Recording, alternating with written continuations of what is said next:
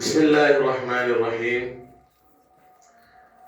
آج کا لیسن جو ہم پڑھنے جا رہے ہیں لیسن نمبر 3 پہلے ٹاپک سبق کا نام کیا ہے، پہلے اس کو پڑھیں گے۔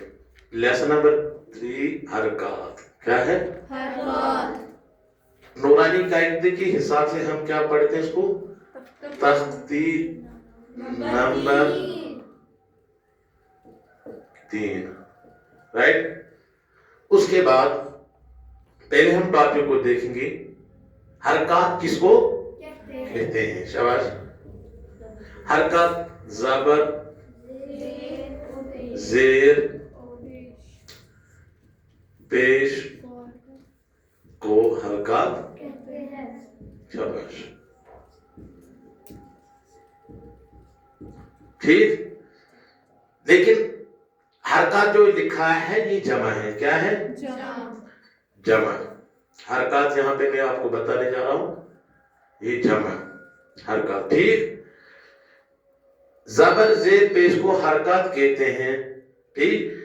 اب مثال کے طور پر نون، اسی نون کو پھر سے ہم پڑھیں گے، یا شین یا صاد یا حا یا خا، سمجھ آ رہے؟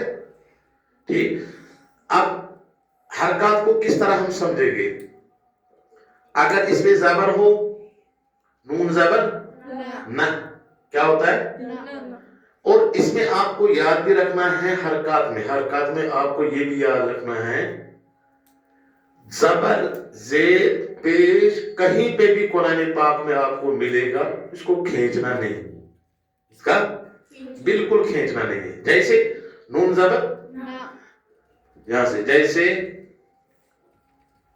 نون زبر نہ نہیں پڑھنا ہے، نہ پڑھنا ہے، کیا پڑھنا ہے؟ اسی طرح شین زبر ش، صاد زبر حا زبر خا زبر وغیرہ، یاد آ رہا ہے؟ ٹھیک۔ تھوڑا بھی نہ کھینچے، بالکل اس کی آواز کٹ کے پڑھنا ہے۔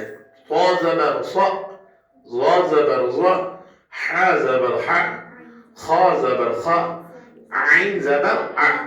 اب اس کی رولز کیا ہے؟ ٹھیک، ان میں سے آپ کوئی بھی بتائیے، آپ ان میں سے کوئی بھی آپ پڑھنے کے لیے بتائیے مجھے۔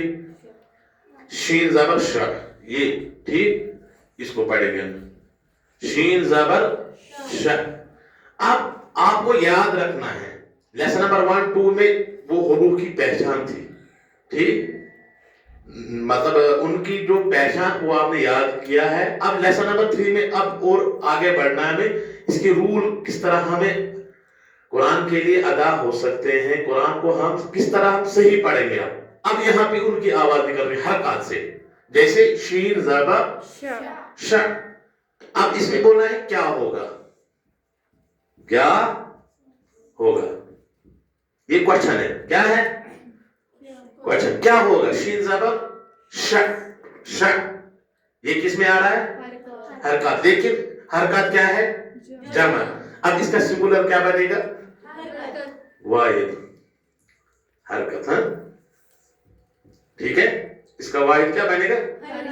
اب ہم نے یہاں پہ ایک ہی اٹھایا نا، تو اس کا مطلب یہاں پہ کیا ہوگا؟ کیوں؟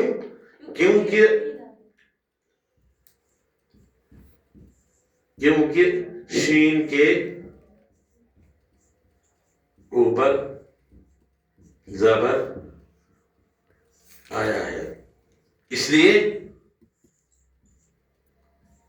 حرکت ہوگا۔ یاد آ رہا ہے؟ سمجھ آ رہا ہے؟ شین کے اوپر زبر ہے، اب کسی الف سے لے کر یہاں تک کسی حرف میں بھی اگر کوئی بھی نشانی ہو، زبر ہو، زیر ہو، پیش ہو، تو وہاں پہ کیا ہوتا ہے؟ حرکت، کیونکہ اب جو بھی ہوگا شین کے اوپر زبر تو شین زبر شاہ حرکت ہوگا، کیونکہ شین کے اوپر زبر آیا ہے۔